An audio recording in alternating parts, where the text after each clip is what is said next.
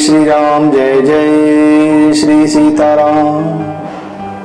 हनुमान जी महाराज की जय, तुलसीदास जी महाराज की जय, सब संतन की जय, सब भक्तन की जय। जय जय श्री सीताराम। मंदिर मंदिर प्रति कर शोधा, देखे जहते अगणित जोधा। गयं दशानन मंदिर माही, अति विचित्र कही जात सुनाही। सैनिक की देखा कपिते, मंदिर में नदी की बेदे। श्री हनुमान जी ने लंका में जाकर मंदिर मंदिर में देखा, मंदिरों में शोध किया, अनुसंधान किया, परीक्षण किया, लेकिन कहीं भी मंदिर दिखाई नहीं दिया। शास्त्रों को जानने की आवश्यकता नहीं है, शास्त्रों में जो बताया गया है उसको जीने की आवश्यकता है। शास्त्रों को पढ़ने का, शास्त्रों को अध्ययन करने का तात्पर्य यही है कि आप शास्त्रों में बताई गई बातों को, शास्त्रों में बताए गए ज्ञान को आप अपने जीवन में उतारें। जीवन के प्रश्न तो हमें स्वयं हल करने पड़ेंगे। आपने उत्तर देखकर लिखा तो सवाल सही नहीं हो जाएगा, सवाल को हल करना पड़ता है। शास्त्र को देखकर जियोगे तो पाखंडी बनोगे। जीवन जैसा जीते हो उसे शास्त्र से प्रमाणित करो। जीवन शास्त्र के अनुकूल है या प्रतिकूल? कितने बड़े बड़े शास्त्र के ज्ञाता, गीता जिनको कंठस्थ है, लेकिन कभी वाणी पर गीत नहीं आया। शास्त्र कहता है सर्वे भवन्तु सुखिनः, सर्वे सन्तु निरामयः, सर्वे भद्राणि पश्यन्तु मा कश्चित् दुःखे भाग्वते, सर्वे भवन्तु सुखिनः। मंत्र का 24 घंटे उच्चारण करने वाला, सर्वे भवन्तु सुखिनः की कामना करने वाला भाई से भी बंटवारे के लिए मुकदमा लड़ता है। वनस्पति तक की शांति की कामना करने वाला 24 घंटे पड़ोसियों को गाली गलौज करता है। शास्त्र जानने का विषय नहीं है, शास्त्र जीने का विषय है। आपको कितना आता है यह विषय नहीं है। महाभारत में गुरु द्रोणाचार्य को ऐसा भ्रम था कि कौरव और पांडव जो बालक हैं, इनमें अगर पढ़ाई में सबसे ज्यादा योग्य निकलेगा तो वह युधिष्ठिर होगा, ऐसा इनका अनुमान था। लेकिन जब गुरु द्रोणाचार्य जी ने जब बच्चों को पढ़ाना शुरू किया तो वह युधिष्ठिर सबसे पिछड़ी था। सब बालक पाठ करके आगे बढ़े और युधिष्ठिर एक ही पाठ पर अटके हैं। गुरुजी ने एक दिन कहा कि बेटा आगे पढ़ोगे या नहीं? सब बालक आगे बढ़ गए और तुम एक ही पर अटके हो। युधिष्ठिर ने कहा गुरुजी जब एक पाठ याद हो जाए तब मैं दूसरे पर आगे बढ़ूं। पाठ था सदा सत्य बोलो, पाठ था सदा सत्य बोलो। बाकी बच्चों ने रट लिया सत्यम वद धर्मचर, सत्यम वद धर्मचर, सदा सत्य बोलो। धर्म के मार्ग पर चलो, दीनों पर दया करो, गुरुओं की सेवा करो, माता पिता की सेवा करो। यह सब ने रट लिया। युधिष्ठिर ने बोला गुरुजी जब सत्य बोलना आ जाए तब तो आगे बढ़े ना। द्रोणाचार्य जी ने सोचा जब सत्य को जीना आ गया तो फिर जीवन में दूसरे पाठ की आवश्यकता ही क्या है। बाकी विद्यार्थियों ने सिद्धांत रट लिए, धर्मराज युधिष्ठिर ने सत्य को रटा नहीं। धर्मराज युधिष्ठिर ने सत्य को जिया। धर्मराज युधिष्ठिर ने सत्य को अपने जीवन में उतारा। महाभारत के युद्ध के बाद जब पांचों पांडव स्वर्गारोहण की यात्रा पर चले हैं तो वसुधारा पार करके जब हिमालय में प्रवेश हुआ सब एक एक कर पांडव बर्फ में गिरने लगे। पहले द्रौपदी गिरी, फिर नकुल गिरे, फिर सहदेव गिरे, फिर भीम गिरे, अर्जुन गिरे, और स्वर्ग के द्वार तक चलते चलते केवल युधिष्ठिर बचे रहे। या उनके साथ एक कुत्ता जो यात्रा कर रहा था वह पहुंचा। शास्त्रकार टिप्पणी देते हैं कि स्वर्ग के द्वार पर वह पहुंचा जिसने सत्य को जिया था, जिसने सत्य को अपने जीवन में उतारा था, वह स्वर्ग के द्वार पर पहुंचा। भले ही वह कुत्ता ही था, फिर भी वह स्वर्ग पहुंचा। स्वर्ग के द्वारपालों ने द्वार खोलकर स्वागत किया, आइए धर्मराज, आपका स्वागत है। युधिष्ठिर ने कुत्ते से कहा, चलो भाई अंदर प्रवेश करो। द्वारपालों ने कहा, नहीं सरकार, केवल आप ही प्रवेश कर सकते हैं, कुत्ते के प्रवेश की अनुमति हमारे पास नहीं है। धर्मराज युधिष्ठिर ने कहा कि आप अपना दरवाजा बंद कर लीजिए, जहां यह कुत्ता जाएगा हम वहीं जाएंगे। द्वारपालों ने कहा कि महाराज आप कुत्ते के लिए जिद कर रहे हैं, मनुष्य को तो यहां प्रवेश नहीं मिलता। इस पर धर्मराज ने कहा, आप अपना दरवाजा बंद कर लीजिए। इस पर धर्मराज ने कहा कि अरे भाई, जिन भाइयों ने मेरा अंत समय तक साथ नहीं दिया, मेरी पत्नी ने भी मेरा साथ नहीं दे पाई, जिसने अंत समय तक मेरा साथ दिया, अगर मैं उसका साथ नहीं दे पाया तो मैं तो कुत्ते से भी गया गुजरा हो गया। आप द्वार बंद कर लें, हम वापस लौट जाएंगे। इतना कहना था कि पूरा स्वर्ग ठहाका मारकर हंसने लगा। धर्मराज को आश्चर्य हुआ कि आखिर मेरी बात पर ये इतना हंस क्यों रहे हैं। उन्होंने पीछे मुड़कर देखा तो कुत्ते की जगह भगवान नारायण मुस्कुराते हुए खड़े हैं। बोले, धर्मराज स्वर्ग में प्रवेश करो, स्वर्ग तुम्हारे स्वागत को तैयार है। मैं तो केवल यह जानने के लिए तुम्हारे साथ था कि तुमने सिद्धांत को जिया है या जाना है। सत्य जानने का विषय नहीं है। बहुत लोग शास्त्रों के ज्ञाता है किंतु वे विद्वान हैं, विद्यावान नहीं हैं। विद्यावान वे हैं जिसके मस्तक का ज्ञान उसके आचरण में उतर चुका है, जिसके उच्चारण का ज्ञान आचरण में आ गया है, जीवन की चर्चा से निकलकर जीवनचर्या में आ चुका है। जिसके हृदय में ज्ञान बैठा है तो विद्यावान है, जिसकी बुद्धि में ज्ञान बैठा है वे विद्वान है। रावण विद्वान है, रावण के 10 सिर हैं, 10 गुनी विद्यता है, 10 गुनी ताकत है, 10 गुनी क्षमता है, 10 गुनी विद्यमता है, 10 गुनी चालाकी है, 10 गुनी चतुराई है। लेकिन आचरण कैसा करता है? 5 सिर इधर और 5 सिर उधर। इसका अर्थ क्या है? रावण का जो सत्य है वह बाकी लोगों के लिए तो है, आस पड़ोस के लिए तो है, इधर उधर के लिए तो है, लेकिन वह ज्ञान अपने भीतर नीचे की ओर नहीं उतार रहा, चारों ओर प्रकाशित और बिखेर रहा है।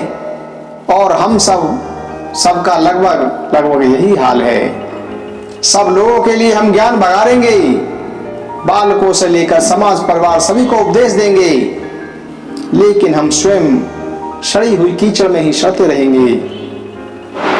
माता जानकी जी ने भी हनुमान जी से यही कहा था कि बेटा फल खाने जा रहे हो, एक काम करना। हनुमान जी ने कहा, क्या करूं? मां बोले, रघुपति चरण हृदय धरी ताते मधुर फल खाओ। माता जानकी जी ने कहा कि भगवान के श्री चरण हृदय में चाहिए। भगवान के चरणों को हृदय में रखकर भगवान के चरणों की चर्चा हमारी वाणी में तो रहती है, भगवान नाम वाणी में तो बैठा है, पर हृदय में भोग है, हृदय में वासना है। उपासना हमारी देह में है, लेकिन हृदय में तो वासना की गंध भरी है। इसीलिए आज हनुमान जी ने रावण को कहा है, क्या कहा है कि रावण तुम्हारा सब कुछ ठीक है, अगर एक काम और कर दो तो क्या? राम चरण पंकज और धरहु लंका अचल राजो तुम करहु।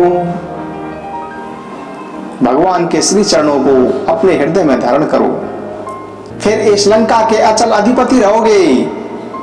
तो विद्वान वह है जो दूसरों में दोष देखता है और उसकी चर्चा करता है। विद्यावान वह है जो अपने भीतर दोष ढूंढता है। साधु अपने भीतर दोष ढूंढता है, सांसारिक दूसरों के अंदर दोष ढूंढता है। यही अंतर है और कोई नहीं है। श्री भरत जी जब भी देखें, मोहि समान को पाप निवासु, जेहि लगी सिए राम बनवासु। साधु जब भी देखेगा अपने भीतर देखेगा। बुद्धिमान विद्वान दूसरे के दोषों का वर्णन करेंगे। देखो, एक सिद्धांत है, जब अपने दोष नहीं देखते हो तो दूसरे के दोष देखने में व्यस्त रहना चाहिए। अपने दोष को देखने की फुर्सत कहां है किसको। जितने भी मंचों पर भाषण होते हैं उनके भाषण सुनिए। भ्रष्टाचार बहुत बढ़ रहा है। अब यह नहीं समझ में आ रहा है कि भ्रष्टाचार कर कौन रहा है। हर व्यक्ति बोल रहा है कि भ्रष्टाचार बहुत है। मुझे तो ऐसा लगता है कि मंचों पर बोलने वाले भी यदि भ्रष्टाचार छोड़ दें तो इस देश में राम राज आ जाएगा। जो भ्रष्टाचार करता ही नहीं है उसको बोलने की भी आवश्यकता नहीं है। बोलता वही है जो भ्रष्ट है। मैं औरों के भ्रष्टाचार पर बोलता रहूंगा तब तक कोई मेरे भ्रष्टाचार को देखने की कोशिश नहीं करेगा। जो दूसरे को उपदेश देता है वह कभी उपदेश जीता नहीं है। उसी को रावण कहते हैं। रावण ऐसा ही विद्वान है, श्री हनुमान जी विद्यावान हैं। शास्त्र को ढो नहीं रहे हैं, शास्त्र को जी रहे हैं। शास्त्र उनके रंग रंग में, अंग अंग में, जीवन की चर्या में समाया हुआ है।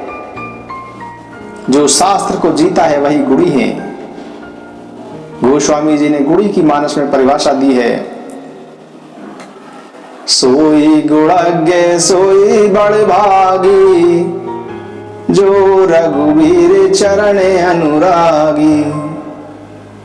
गुणी कौन है? जो रघुवीर के चरणों में अनुराग करते हैं वे गुणी हैं, जो भगवान का भजन करते हैं।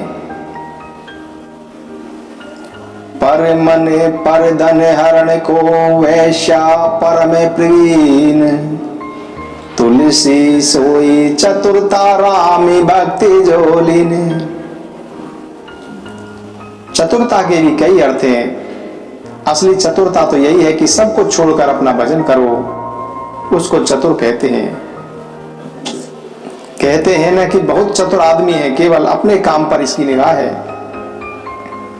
तो चतुर का यही अर्थ है कि सारे संसार के झंझटों में भी जिसकी निगाह केवल अपने भजन पर हो। गोस्वामी जी ने कहा है कि कठिन काले मल कोश, जोगिन यज्ञ ज्ञान तप, परिहरि सकल भरोस, राम ही भजहि ते चतुर नर। इस कठिन काल में भी सारे झंझटों से निकलकर जो अपना भजन करता है वही चतुर है। हमारी चतुराई केवल स्वार्थ सिद्धि में लगी है, इसीलिए वह निंदनीय हो गई है। चतुराई शब्द तो वंदनीय है। चतुर का अर्थ है जो चतुर्विध पुरुषार्थ में डूबा हुआ है, जो धर्म अर्थ काम और मोक्ष चारों के लिए जो डूबा हुआ है वही चतुर है। हम जगत में बहुत चतुर हैं, भगवान बहुत सीधे हैं। दुनिया से काम करने के लिए इतनी चतुराई दिखाएंगे हमारा काम बन जाए, लेकिन भगवान के भजन के लिए उसमें सुविधा ढूंढेंगे। समय का रोना रोएंगे, परिस्थिति का रोना रोएंगे।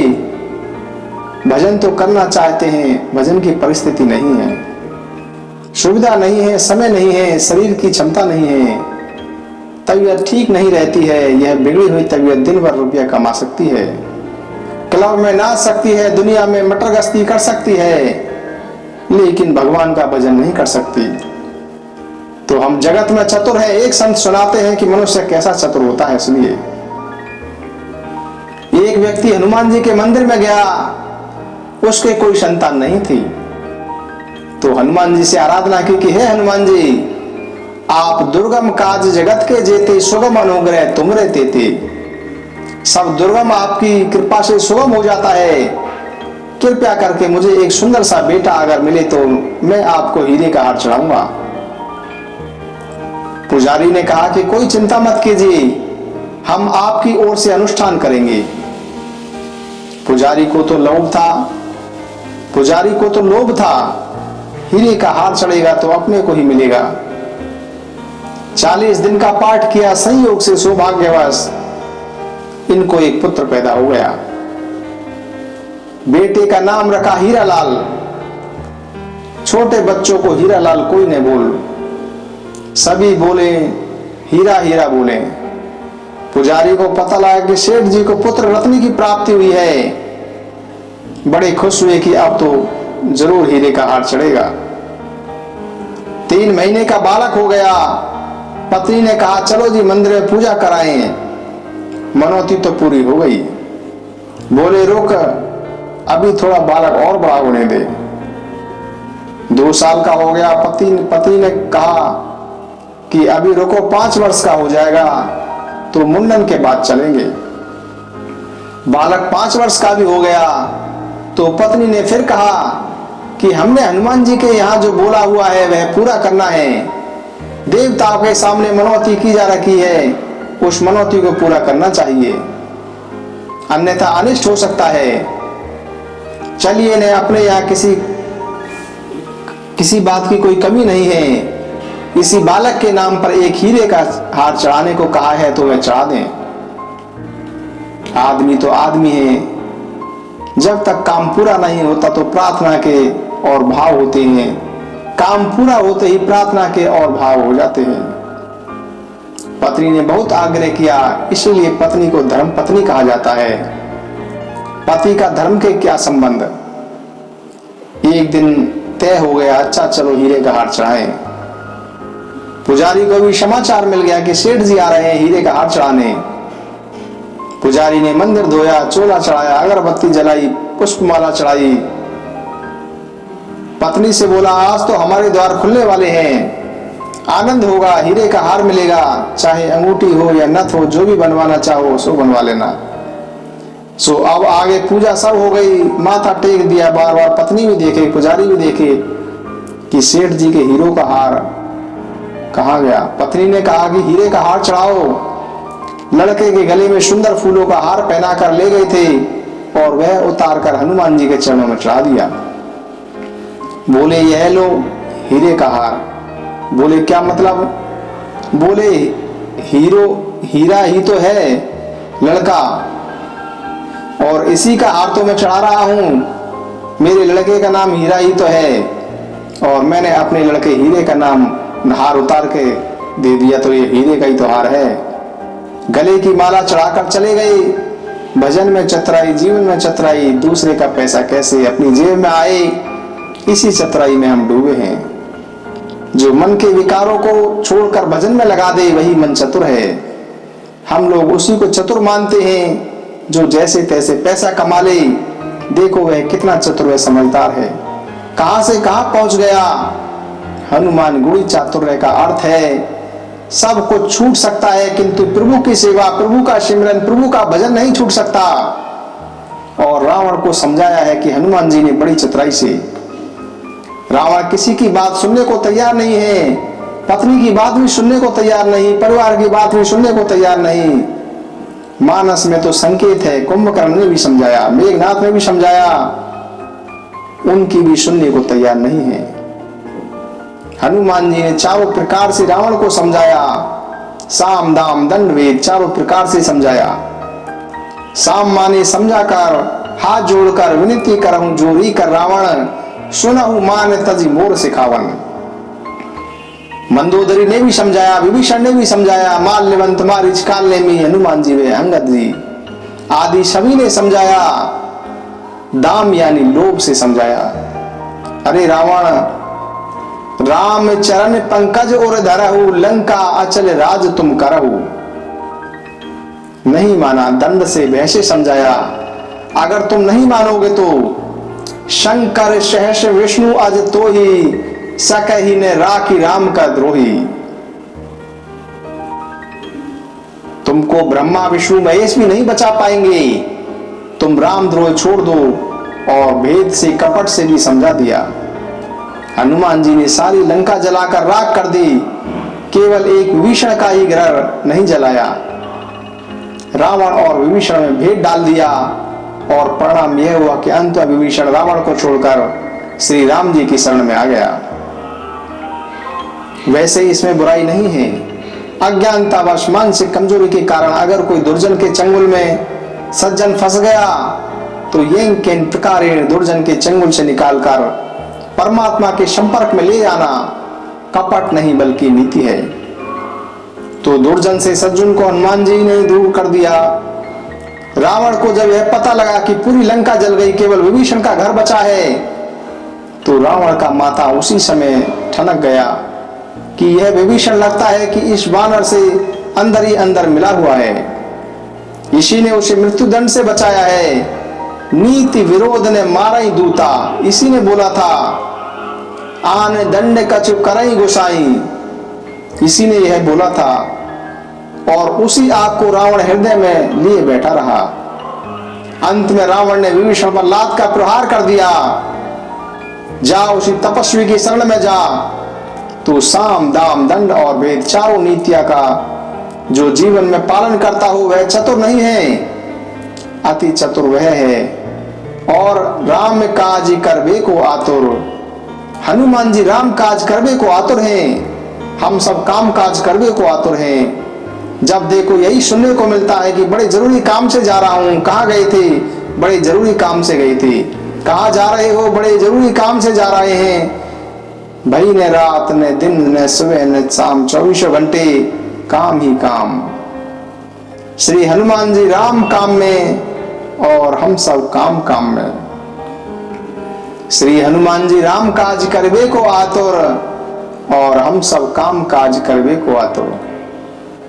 देखो काम काज और काम काज में कोई विरोधाभासी नहीं, इन दोनों में कोई विरोध नहीं है।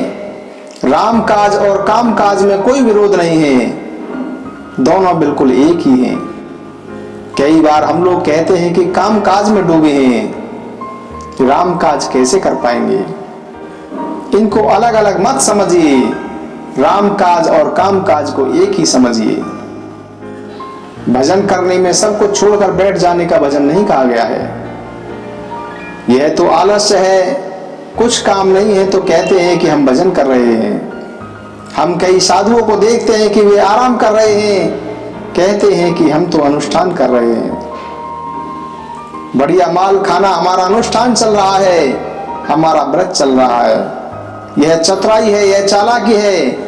भजन माने पलायनवाद नहीं, भजन माने आलस्य नहीं है। सबको छोड़कर किसी कमरे में कैद हो जाना भजन नहीं है। भजन का अर्थ है सब कुछ भगवान से जोड़ देना, यही राम काज है। सुग्रीव का राज तिलक करने के बाद सुग्रीव से भगवान ने यही नहीं कहा था सुग्रीव माला लेकर बैठ जाना, अपितु क्या कहा था? सुग्रीव अंगद सहित करेउ तुम राजू, संतत हृदय धरेउ मम काजू। भगवान ने कहा था कि हे सुग्रीव जी, शरीर से काम काज करना और हृदय से राम काज का सुमरन करना। शरीर से काम करते रहना और हृदय में प्रभु राम का सुमरन करते रहना। लेकिन सुग्रीव काम काज में डूब गया, राम जी के कार्य को बुला दिया।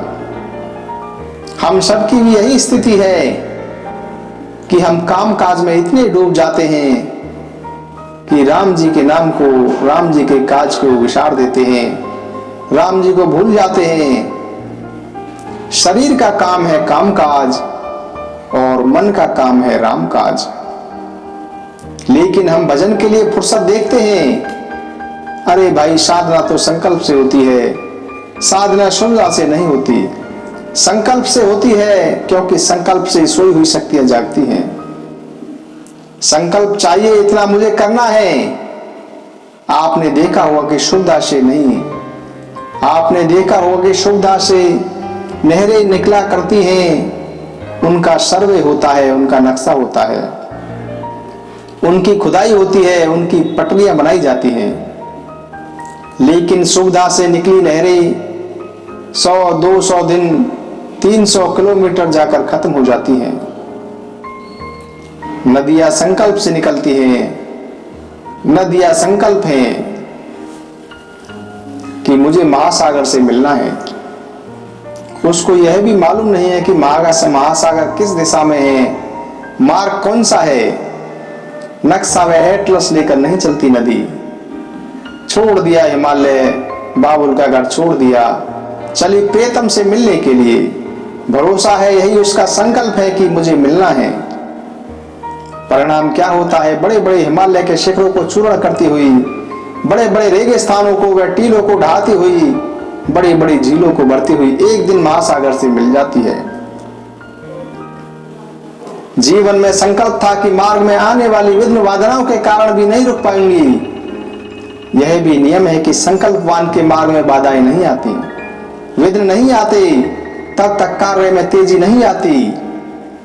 नदियों के मार्ग में पहाड़ जैसे विघ्न बाधाएं नहीं आए तो नदियों के वेग कम हो जाएं। उनको टक्कर मार कर तोड़ कर वह जब आगे बढ़ती है तो उनमें वेग बढ़ता है। तो साधना का संकल्प चाहिए, और संकल्प पूरा होता है नियम से ही। संकल्प माने नियम। इसीलिए इन साधुओं की भाषा सुनो और नित्य नियम पर चलो। जब सारी सृष्टि नियम से चलती है, सूर्य नियम से निकलते हैं, चंद्रमा नियम से निकलते हैं, प्रकृति नियम से चलती है, वर्षा नियम से होती है, हर चीज के नियम है, तो साधना का क्या कोई नियम नहीं होना चाहिए? साधना का भी नियम होना चाहिए। नियम से ही निष्ठा पैदा होती है। निष्ठा से रुचि बनने लगती है और रुचि से आसक्ति होने लगती है। आसक्ति से भाव बनने लगता है और भाव ही परमात्मा के प्रेम में परिवर्तन करता है। यह पूरी की पूरी यात्रा है, पूरी की पूरी सीढ़ी है। इसलिए कोई न कोई नियम ये जो संत लोग, साधु लोग, साधक लोग नियम बना देते हैं कि जब तक इतना पाठ नहीं कर लेंगे तो मौन रहेंगे, जब तक चाय जलपान कुछ भी स्पर्श नहीं करेंगे। तो कोई न कोई नियम होना चाहिए। कोई न कोई नियम पालन तब होता है जब यह नियम छोटा होता है। जितना नियम छोटा होगा उतना ही आनंद से उसका पालन होगा। सो रहे हो खर्राटे लेकर तो नियम कौन पूरा करेगा? अपने को ही पालन करना पड़ेगा। तो जीवन में नियम चाहिए, साधना का संकल्प चाहिए, फिर उसके लिए सातत्य का स्वभाव भी चाहिए। जो नियम लिया है अखंड सतत चाहिए। साधना का नियम, साधना अगर एक दिन की भी छूट गई तो वहीं से शुरू करनी पड़ती है, वहीं से फिर प्रारंभ करनी पड़ती है जहां से प्रारंभ की थी। साधना हम कुछ दिन तो करते हैं, कुछ दिन छोड़ देते हैं और फिर वही उठक बैठक 2 दिन चले, 3 दिन वापस हो गए। ऐसा नहीं हो, इस प्रकार नहीं होना चाहिए। और जो संकल्प जीवन में लिया है उसकी सुरक्षा भी होनी चाहिए। हमने पौधा तो बहुत अच्छा लगा दिया, लेकिन बाड़ लगाना भूल गए, बच्चों ने तोड़ दिया, गाय भैंस पकड़ी और उसको उतर दिया। हमने पौधे को जल नहीं दिया तो पौधा सूख गया, फिर माथा पकड़कर रोते रहे, अरे राम राम इतना महंगा पौधा लगाया था, सूख गया। सुरक्षा चाहिए पर उसकी सुरक्षा नहीं कर पाते। कैसा स्वभाव हो गया? जैसे हम अपने घर में प्रतिदिन झाड़ू लगाते हैं, कूड़ा निकाला और कूड़ा बाहर फेंक दिया तो कूड़ा तो घर के बाहर निकल गया, पर खिड़की दरवाजा बंद करना हम भूल गए तो हवा का झोंका आया और वही कूड़ा फिर घर में आ गया। बुहारी लगाई, फिर कूड़ा बाहर फेंका, खिड़की दरवाजा बंद करना भूल गई, फिर झोंका आया, फिर कूड़ा अंदर। पूरी जिंदगी हमारी झाड़ू लगाते कूड़ा फेंकते से निकल गई और अंत समय में हमारे हाथ में झाड़ू और एक हाथ में कूड़ा ही रहेगा। दिन में हम 4 सीढ़ी चढ़ते हैं और रात को 5 सीढ़ी नीचे उतर जाते हैं। दिन में हम गीता का पाठ करते हैं, रात्रि को मनोहर कहानी पढ़ ली, प्रातः काल मंदिर हो आए और सायकाल मदिरालय चले गए, क्लबों में चले गए सुबह सत्संग कर लिया, सायकाल हम सिनेमा देखने चले गए। दिन में चढ़े, रात को गड्ढे में उतर गए, तो जीवन पूरे का पूरा वैसे ही रह गया। दो नाव में सवारी, भोग भी चाहते हैं, भगवान भी चाहते हैं। दो नाव में सवारी कर रहे हैं, भोग भी चाहते हैं, भगवान भी चाहते हैं। स्वामी राम तीर्थ जी ने जीवन की बड़ी मार्मिक घटना है। देखो, सीखना हो तो छोटे से भी सीखना जा सकता है, छोटे से भी सीखा जा सकता है, और न सीखना हो तो गुरु की बाणी भी ठुकराई जा सकती है, उसमें भी कुतर्क किया जा सकता है। माता सती सीखने को तैयार नहीं। भगवान शंकर जी की बाणी में हजार तर्क कर दिए कि कैसे भगवान हैं, यह भगवान कैसे हैं जो स्त्री के विरह में रो रहे हैं, ऐसा है वैसा है। और जिसको सीखना है वह चपरासी से भी सीखता है, जिसको नहीं सीखना है वह भगवान सदगुरु से भी नहीं सीखेगा। जब स्वामी राम तीर्थ के मन में वैराग्य जागा तो उस समय वह लाहौर विश्वविद्यालय में प्राध्यापक थे। इनकी एक बिटिया थी, तो घर छोड़े तो बिटिया का क्या होगा, बंगले का क्या होगा, परिवार का क्या होगा, पत्नी का क्या होगा। भीतर से मन में हिलोरे हो रहे हैं, मन में तूफान हो रहा है। प्रातःकाल बंगले में टहल रहे थे। कई बार आपने देखा होगा कि कई बड़े लोग किसी चिंता में डूबे टहलते हैं तो निगाह नीचे की ओर अपनी धुन में इधर उधर टहल रहे होते हैं। महत रानी बुहारी लगाने आई थी, उस समय थोड़ा छुआछूत भी ज्यादा होता था। अब इधर उधर झाड़ू लगाए या उधर उधर झाड़ू लगाए तो बड़ी मुश्किल की झाड़ू कैसे लगाए, क्योंकि उनके ऊपर धूल जाती है। जब बहुत देर हो गई, यह इधर आए तो महत रानी उधर बचे, उधर जाए तो महत रानी इधर बचे। बाबूजी कैसे बचे?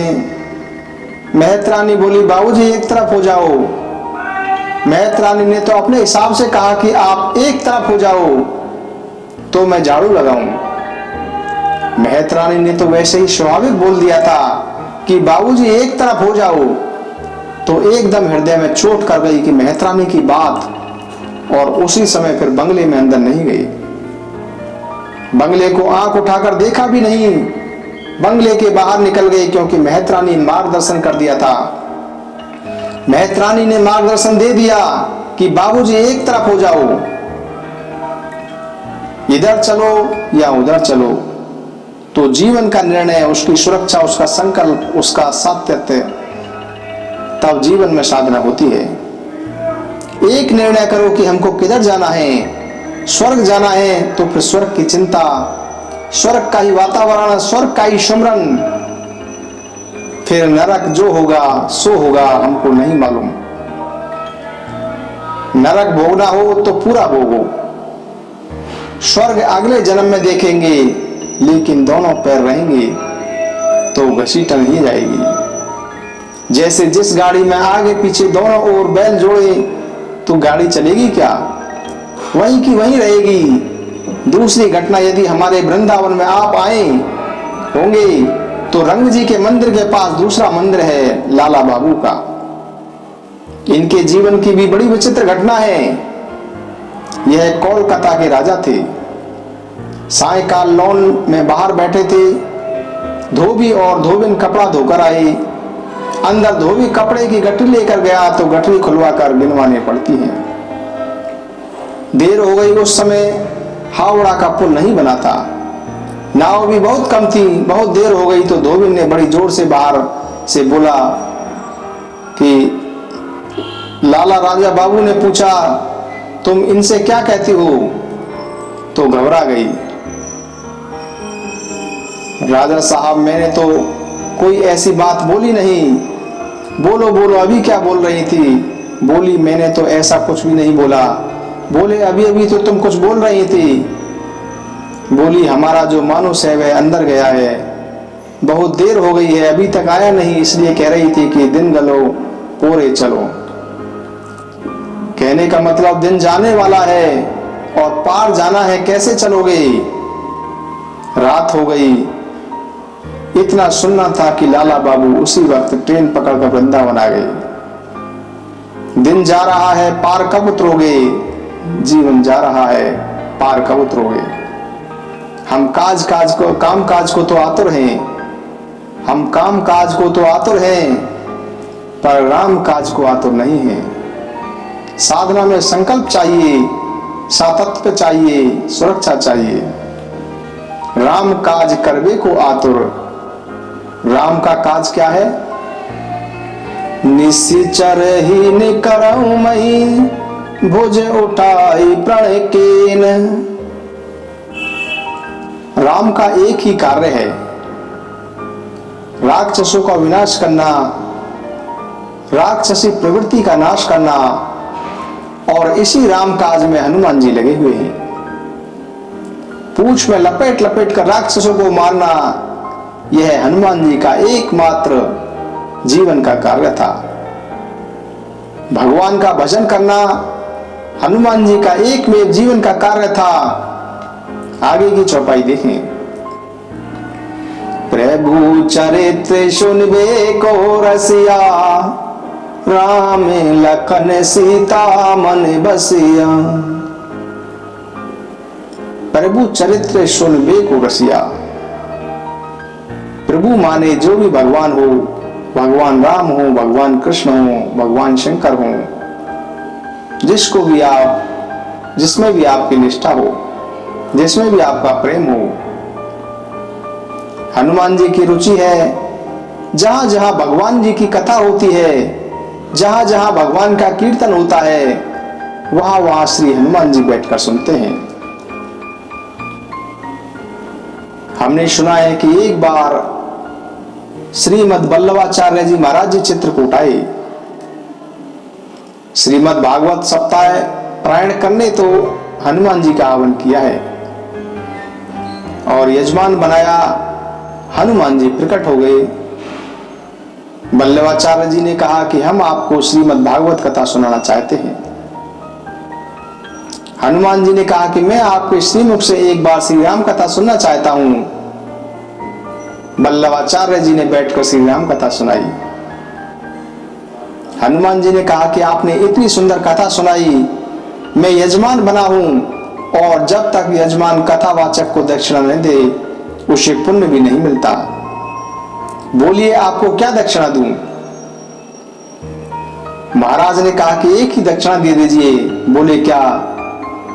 बोले मंदाकिनी के तट पर बैठकर आप एक बार मेरे मुख से श्रीमद् भागवत कथा सुन लीजिए, बस मेरी यह दक्षिणा है। फिर हनुमान जी ने श्रीमद् भागवत कथा सुनी। प्रभु चरित्र सुनबे को रसिया, राम लखन सीता मन बसिया। देखो, कथा जरूर सुनो। मैं हमेशा कथा सुनने का आग्रह करता हूं, क्योंकि जो हम सुनते हैं वह हमारी संपदा बन जाती है। जो हम सुनते हैं वह हमारे भीतर बैठ जाता है, और जब तक आप किसी के बारे में सुनोगे नहीं, तब तक आप उसके बारे में जानोगे नहीं, और जब आप जानोगे नहीं तो आप उससे मिलोगे कैसे? हम सब भगवान से मिलना चाहते हैं, लेकिन भगवान को जाने तब ना मिलें। अपरिचित से आप कैसे मिलेंगे? भगवान को यदि जानना है तो भगवान की कथा सुने। गोस्वामी जी ने लिखा है, जाने बिनु ने होए परतीति, बिनु परतीति होए नहीं प्रीति।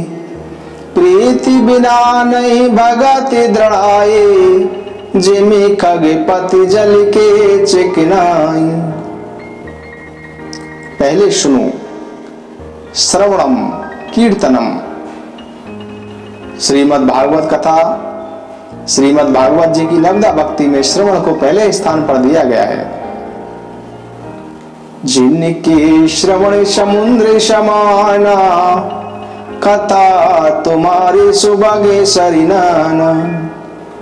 बरई निरंतर हो ही न पूरे, तिनके ही तुम कहूं गृह रूरे।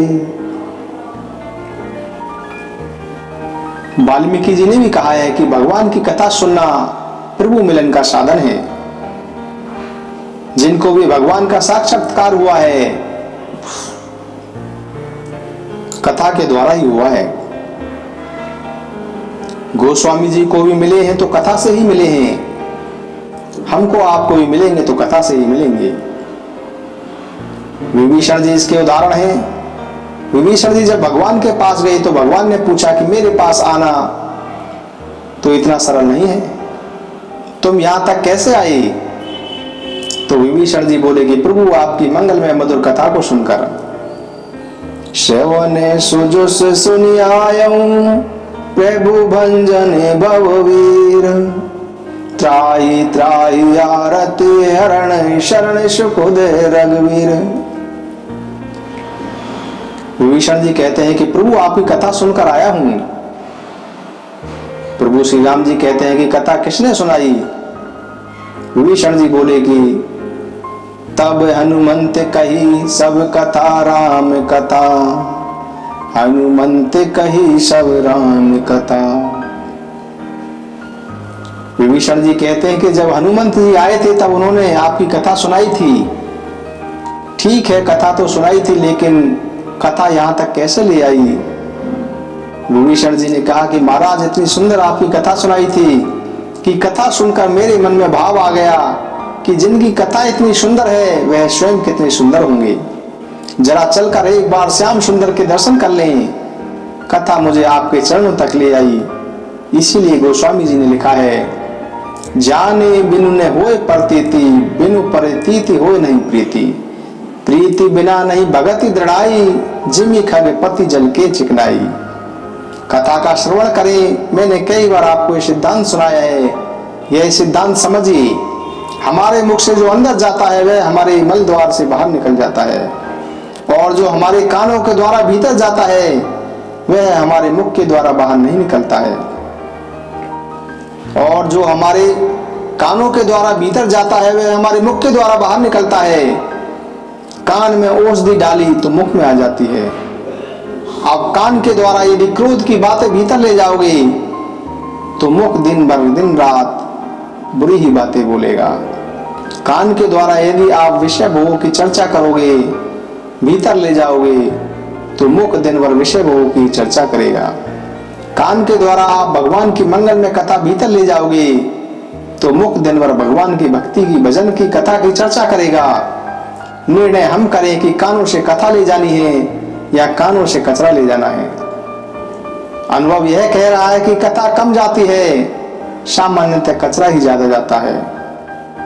मुख दिन भर कचरे में ही लगा रहता है, तो जहां कचरा होता है वहां गंदगी मक्खी मच्छर होते हैं। वहां कोई खड़ा भी होना पसंद नहीं करता है, लोग नाक कान बंद करके वहां से दौड़ते हैं। प्रभु चरित्र सुनबे को रसिया, राम लखन सीता मन बसिया। भगवान की जब कथा सुनोगे तो राम लखन सीता मन में बस जाएंगे, क्योंकि जो कान सुनते हैं वह हमारे मन की संपदा हो जाते हैं। जिसने भी कथा सुनी उसने यही मांग की। अनुज जानकी सहित प्रभु चाप बान धर राम, मम ही गगन इंदु बसौरा सदा निय काम। सभी ने यही कामना की कि प्रभु आप जानकी जी तथा अनुज सहित मेरे हृदय में निवास करें। आप चाप बाण धार करके इसी रूप में मेरे हृदय में निवास करें। सर्वंग ऋषि जी ने क्या मांगा? सीता अनुज सहित प्रभु नील जल दे तनु श्याम, मम ही बसौ निरंतर सगुन रूप श्री राम। और श्री हनुमान जी के हृदय में राम लखन सीता मन बसिया। व्यक्ति जब अपना यश सुनता है तो भीड़ में रहना चाहता है। और सुनिए लोग क्या कहते हैं। नारद जी ने अपना थोड़ा सा यश सुना तो भीड़ भाड़ में शादी समारोह में घूमने लगे। साधु को सामान्यतः शादी समारोह में नहीं जाना चाहिए। अपनी शादी से तो बच ही जाए, दूसरे की शादी समारोह से भी बचा रहे तो अच्छा है। अगर वहां से बचा रहेगा तो बहुत सी चीजों से बच जाएगा, क्योंकि वह श्रृंगार एक प्रसंग है, कामुक प्रसंग है। तो ठाकुर जी का श्रृंगार, बिहारी जी का फूल बंगले में सजे हैं, दर्शन करोगे तो मन पवित्र होता है। लेकिन विवाह का श्रृंगार देखोगे तो मन में कामुकता से भरता है, कुछ न कुछ अपने मन में भी होने लगता है। और हमारी आपकी हैसियत के नारद जैसे साधक लोग विश्व मोहिनी के समारोह में चले गए तो क्या बोलने लगे, जप तप कछु न होए तेहि काला, हे विधि मिलई कवन विधि वाला, करो जाए सोई जतन बिचारी, जे प्रकार मोहि बैरे कुमारी। जब नारद जी विश्व मोहिनी जी के समारोह में चले जाते हैं, स्वयंवर में चले जाते हैं, तब नारद जी की क्या दशा होती है। दूसरे का स्वयंवर देखा तो अपने स्वयंवर की इच्छा होने लगी। साधु सन्यासी जितना शादी समारोह से दूर रहेंगे उतना ही बचे रहेंगे, अन्यथा न साधु रह पाते हैं न गृहस्थी रह पाते हैं, बीच की खचेड़न हो जाते हैं। वे साधु का हो जाता है, स्वरूप साधु का हो जाता है, स्वभाव कुछ और चिंतन करने लगता है। न इधर के रहे न उधर के रहे। मनुष्य जब अपना यश सुनता है तो भीड़ की तरफ भागता है, और मनुष्य जब भगवान का यश सुनता है तो एकांत पसंद करता है, क्योंकि उसका मन भगवान से लग जाता है। हनुमान जी की एक विशेषता है कि वह राम जी के बिना तो रह सकते हैं, लेकिन राम कथा के बिना नहीं रह सकते। हनुमान जी राम कथा के बिना नहीं रह सकते, इसीलिए इस कथा के लोभ से वह साकेत नहीं गए थे। जब भगवान अपनी लीला पूर्ण करके साकेत को जाने लगे तो प्रभु ने हनुमान जी से पूछा कि क्या बात है, तैयारी नहीं की, चलोगे नहीं क्या हमारे साथ। हनुमान जी बोले नहीं। क्यों, तुम तो हमेशा हमारे साथ ही रहते हो। बोले हाँ प्रभु, लेकिन अब हम यहीं रहेंगे। क्यों, क्या बात है, हमारे साथ क्यों नहीं चलना। हनुमान जी ने कहा कि प्रभु वहां आप तो मिलेंगे पर आपकी कथा नहीं मिलेगी, और मैं आपकी कथा के बिना नहीं रह सकता। इसीलिए सिद्धांत बन गया है कि जब तक पृथ्वी पर राम कथा चलेगी तब तक हनुमान जी पृथ्वी पर ही निवास करेंगे। जब तक कथा जीवित रहेगी तब तक श्री हनुमान जी रहेंगे। हम भी इसी लोभ से गाते रहते हैं। परिणाम क्या होता है कथा का हमको मालूम नहीं। लोभ यही है कि जब तक कथा कहेंगे, जब तक कथा कहते रहेंगे, श्री हनुमान जी हमारे बीच में रहेंगे। ध्रुव जी ने भी भगवान से यही प्रार्थना की थी। ध्रुव जी ने कहा था कि प्रभु मुझे पिता की गोद न मिलने के कारण मेरे मन में इच्छा थी कि मुझे एक बार पिता की गोद मिले, तो मुझे आपकी गोद मिली। यह मेरे बालकपन की जिद थी, लेकिन भगवान अब मुझे एक वरदान दे दीजिए।